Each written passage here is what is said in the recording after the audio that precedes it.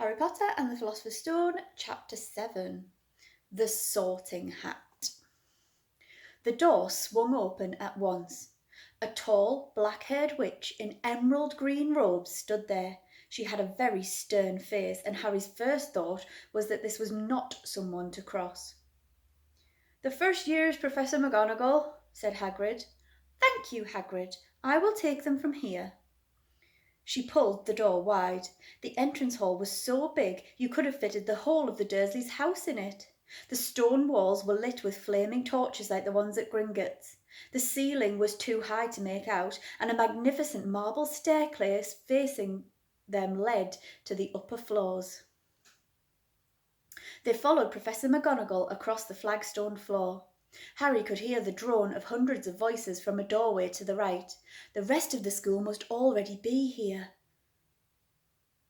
But Professor McGonagall showed the first years into a small empty chamber off the hall. They crowded in, standing rather closer together than they would usually have done, peering about nervously. "Welcome to Hogwarts," said Professor McGonagall.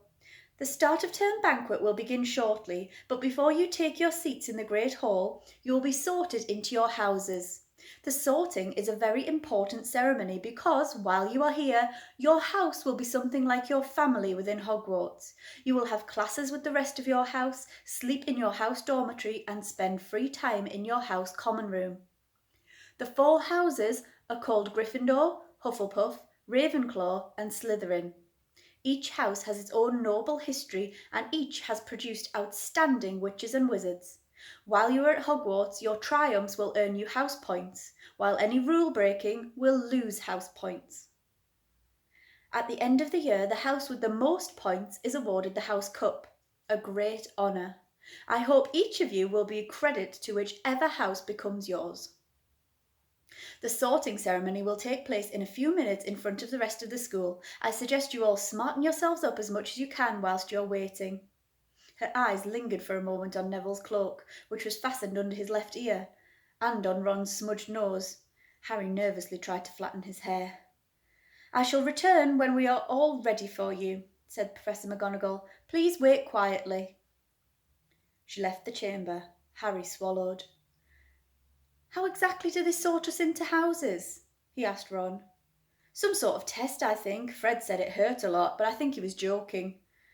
Harry's heart gave a horrible jolt. A test?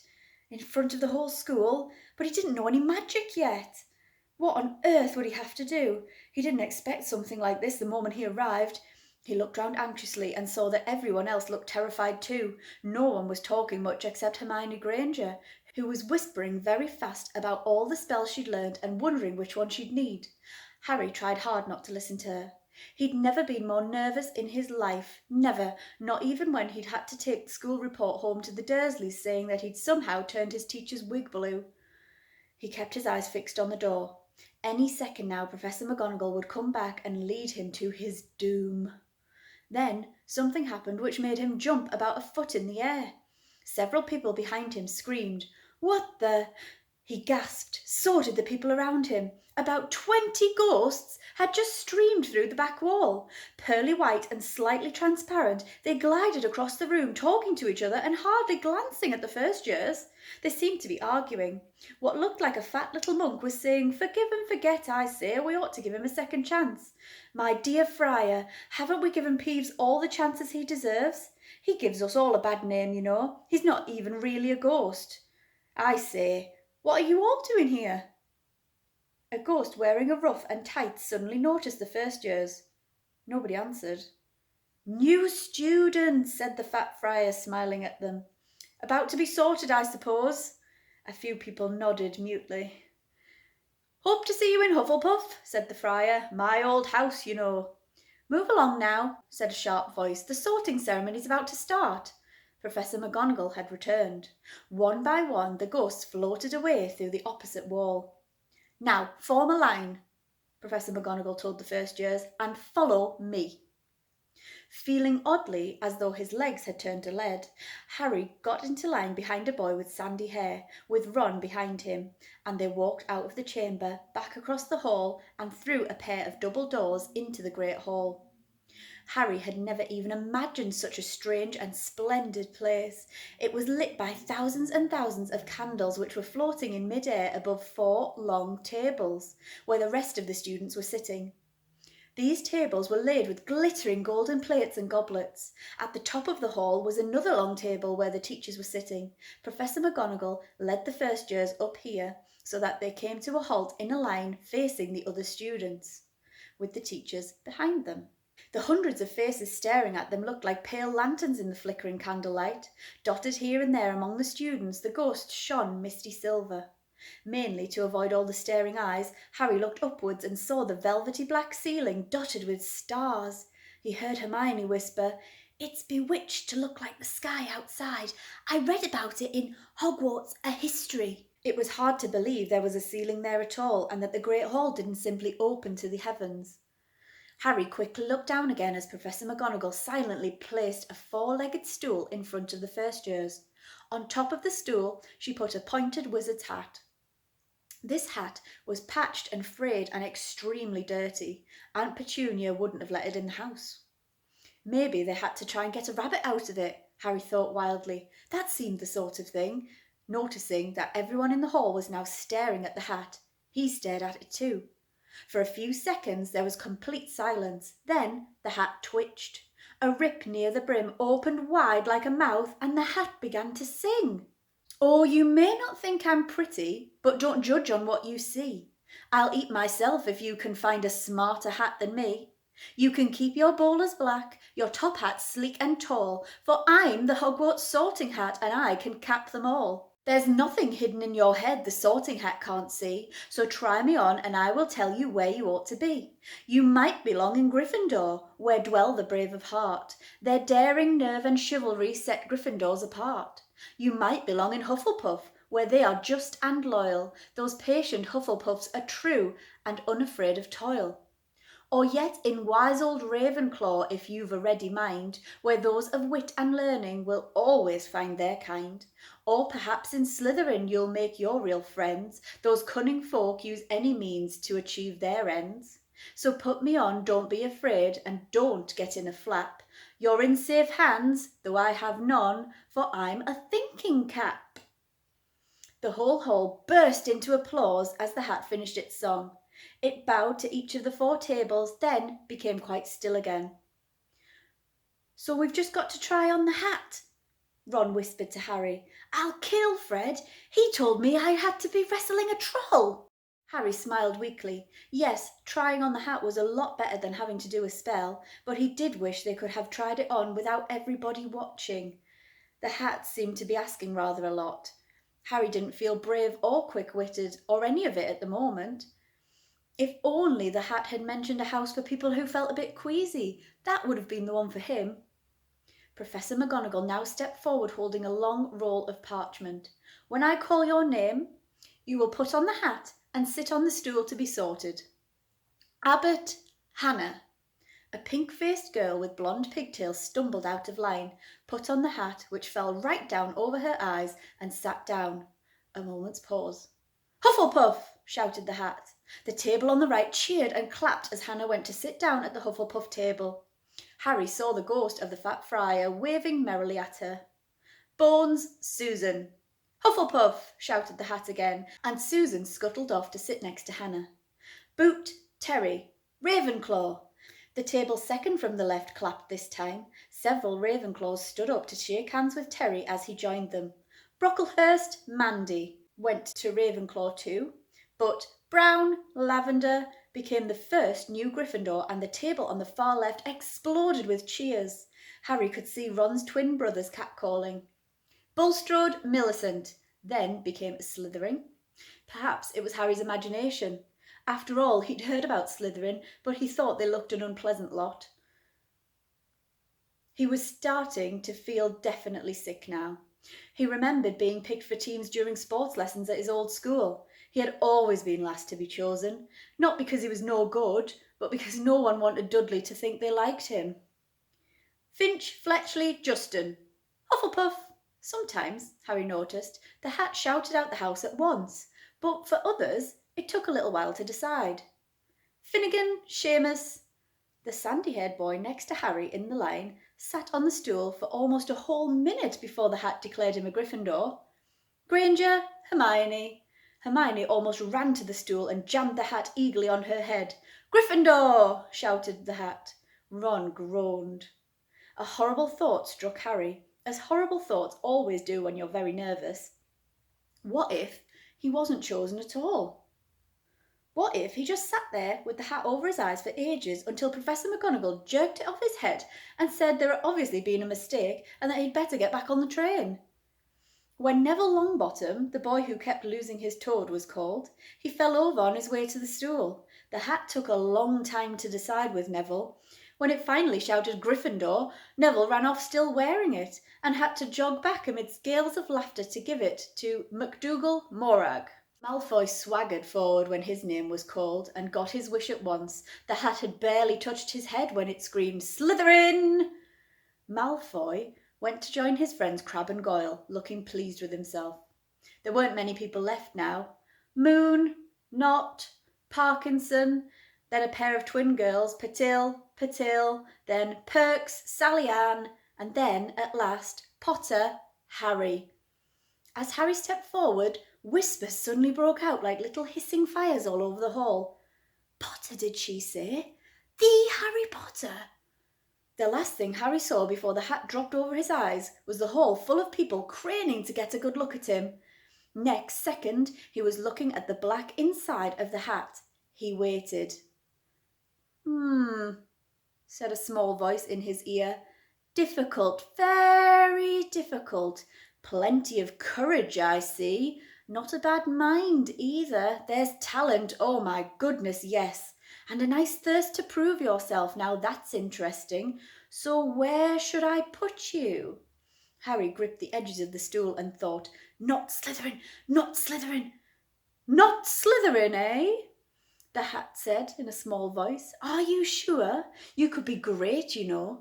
It's all here in your head, and Slytherin would help you on the way to greatness. No doubt about that. No?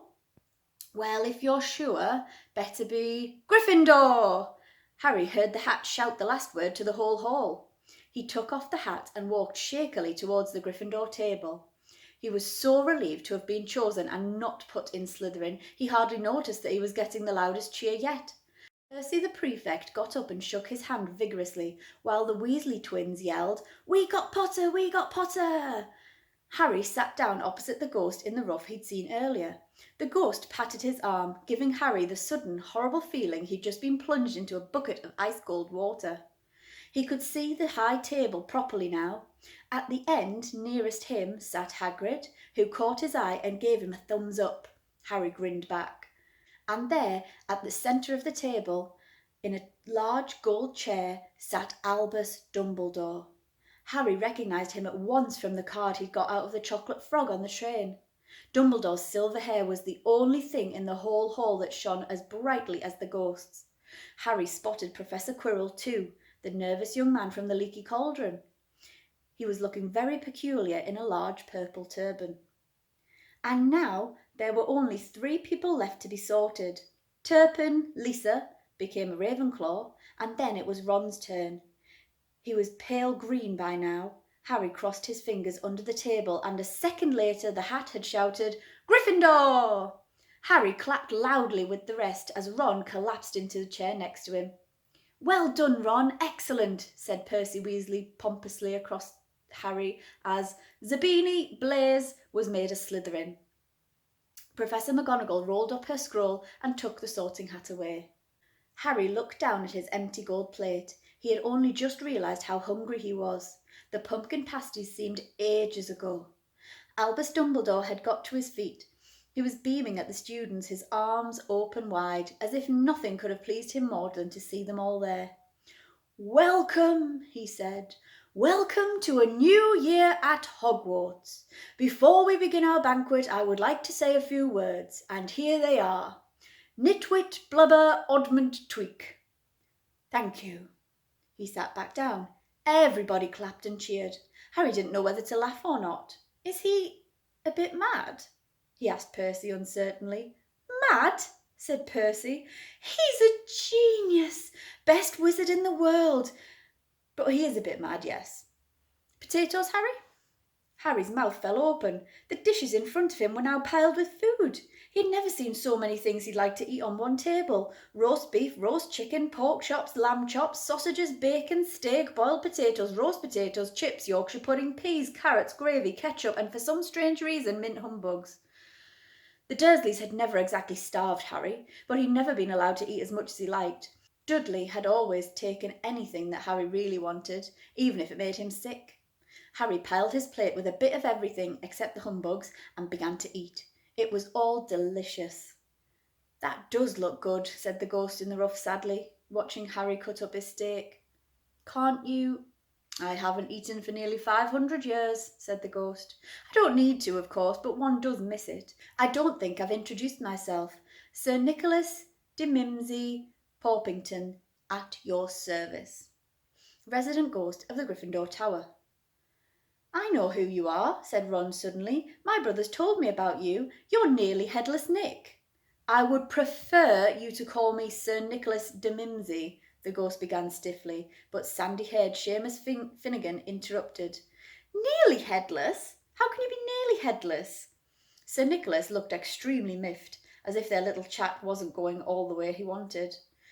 Like this, he said irritably. He seized his left ear and pulled his whole head, and it swung off his neck and fell onto his shoulder as if it was on a hinge. Someone had obviously tried to behead him, but not done it properly. Looking pleased at the stunned looks on their faces, nearly headless Nick flipped his head back onto his neck, coughed, and said, So, new Gryffindors. I hope you're going to help us win the house championships this year. Gryffindor have never gone so long without winning. Slytherin have got the cup 6 years in a row. The bloody Baron's becoming almost unbearable. He's the Slytherin ghost. Harry looked over at the Slytherin table and saw a horrible ghost sitting there, with blank staring eyes, a gaunt face, and robes stained with silver blood. He was right next to Malfoy, who, Harry was pleased to see, didn't look too pleased with the seating arrangements. How did he get covered in blood? Asked Seamus with great interest.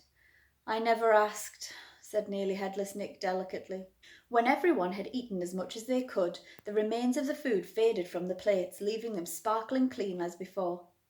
A moment later the puddings appeared, blocks of ice cream in every flavour you could think of, apple pies, treacle tarts, chocolate eclairs, jam doughnuts, trifles, strawberries, jelly, rice pudding. As Harry helped himself to a treacle tart, the talk turned to their families. I'm half and half, said Seamus. Me dad's a muggle. Mam didn't tell him she was a witch till after they were married. Bit of a nasty shock for him. The others laughed.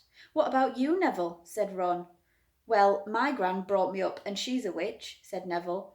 But the family thought I was a muggle for ages. My great-uncle Algy kept trying to catch me off guard and force some magic out of me. He pushed me off the end of Blackpool Pier once. I nearly drowned. Nothing happened till I was 8.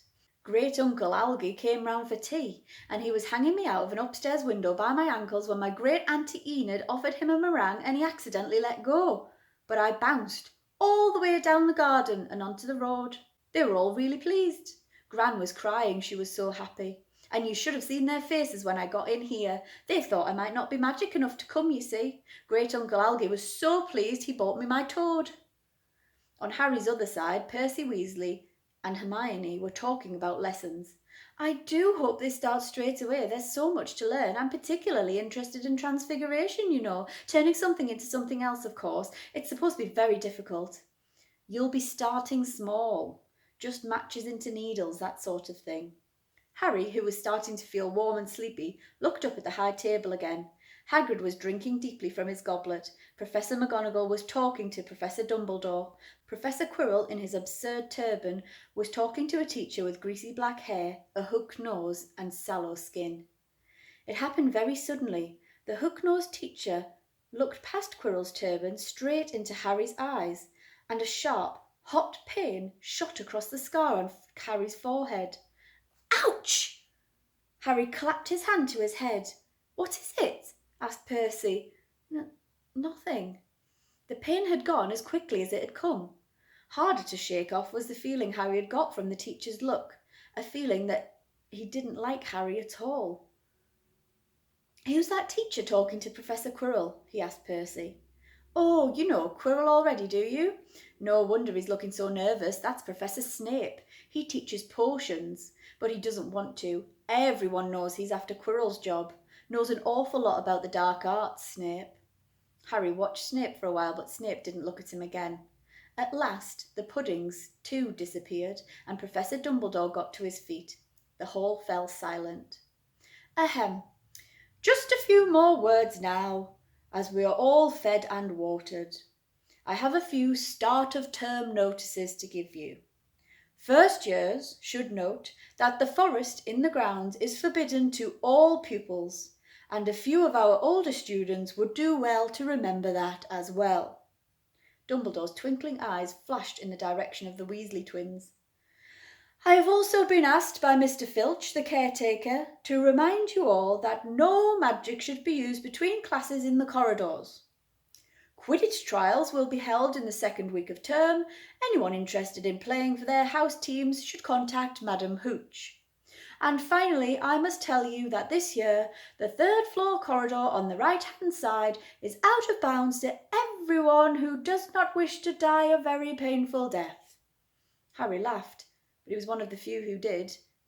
"He's not serious," he muttered to Percy. "Must be," said Percy, frowning. "It's odd, because he usually gives us a reason why we're not allowed to go somewhere. The forest's full of dangerous beasts, everyone knows that. I do think he might have told us prefects, at least. And now, before we go to bed, let us sing our school song," cried Dumbledore. Harry noticed that the other teachers' smiles had become rather fixed. Dumbledore gave his wand a little flick, as if he was trying to get a fly off the end of it, and a long golden ribbon flew out, which rose high above the tables and twisted itself snake-like into words. "Everyone pick their favourite tune," said Dumbledore, "and off we go." And the school bellowed, "Hogwarts, Hogwarts, Hoggy-Warty Hogwarts, teach us something, please. Whether we be old and bald or young with scabby knees, our heads could do with filling with some interesting stuff. For now they're bare and full of air, dead flies and bits of fluff. So teach us things worth knowing, bring back what we've forgot. Just do your best, we'll do the rest, and learn until our brains all rot." Everybody finished the song at different times. At last only the Weasley twins were left singing along to a very slow funeral march. Dumbledore conducted their last few lines with his wand, and when they had finished, he was one of those who clapped loudest. "Ah, music," he said, wiping his eye. "A magic beyond what we all do here. And now, bedtime. Off you trot." The Gryffindor first years followed Percy through the chattering crowds, out of the great hall, and up the marble staircase. Harry's legs were like lead again, but only because he was so tired and full of food. He was too sleepy even to be surprised that the people in the portraits along the corridor whispered and pointed as they passed, or that twice Percy led them through doorways hidden behind sliding panels and hanging tapestries. They climbed more staircases, yawning and dragging their feet, and Harry was just wondering how much further they had to go when they came to a sudden halt. A bundle of walking sticks was floating mid-air ahead of them, and as Percy took a step towards them, they started throwing themselves at him. "Peeves!" Percy whispered to the first years. "A poltergeist!" He raised his voice. "Peeves, show yourself!" A loud, rude sound like the air being let out of a balloon answered. "Do you want me to go to the Bloody Baron?" There was a pop, and a little man with wicked dark eyes and a wide mouth appeared, floating cross-legged in the air, clutching the walking sticks. "Ooh," he said with an evil cackle. "Ickle firsties, what fun!" He suddenly swooped at them. They all ducked. "Go away, Peeves, or the Baron'll hear about this. I mean it," barked Percy. Peeves stuck out his tongue and vanished, dropping the walking sticks on Neville's head. They heard him zooming away, rattling coats of armour as he passed. "You want to watch out for Peeves," said Percy as they set off again. "The Bloody Baron's the only one who can control him. He won't even listen to us prefects." Here we are. At the very end of the corridor hung a portrait of a very fat woman in a pink silk dress. "Password?" she said. "Caput Draconis," said Percy, and the portrait swung forward to reveal a round hole in the wall. They all scrambled through it. Neville needed a leg up, and found themselves in the Gryffindor common room, a cosy round room full of squashy armchairs. Percy directed the girls through one door to their dormitory and the boys through another. At the top of a spiral staircase, they were obviously in one of the towers, they found their beds at last. 5 four-posters hung with deep red velvet curtains. Their trunks had already been brought up. Too tired to talk much, they pulled on their pyjamas and fell into bed. Great food, isn't it? Ron muttered to Harry through the hangings. Get off, Scabbers. Oh, he's chewing my sheets. Harry was going to ask Ron if he'd had any of the treacle tart, but he fell asleep almost at once. Perhaps Harry had eaten a bit too much, because he had a very strange dream. He was wearing Professor Quirrell's turban, which kept talking to him, telling him he must transfer to Slytherin at once, because it was his destiny. Harry told the turban he didn't want to be in Slytherin. It got heavier and heavier. He tried to pull it off, but it tightened painfully, and there was Malfoy laughing at him as he struggled with it. Then Malfoy turned into the hook-nosed teacher Snape, whose laugh became high and cold. There was a burst of green light, and Harry woke, sweating and shaking. He rolled over and fell asleep again, and when he woke the next day, he didn't remember the dream at all.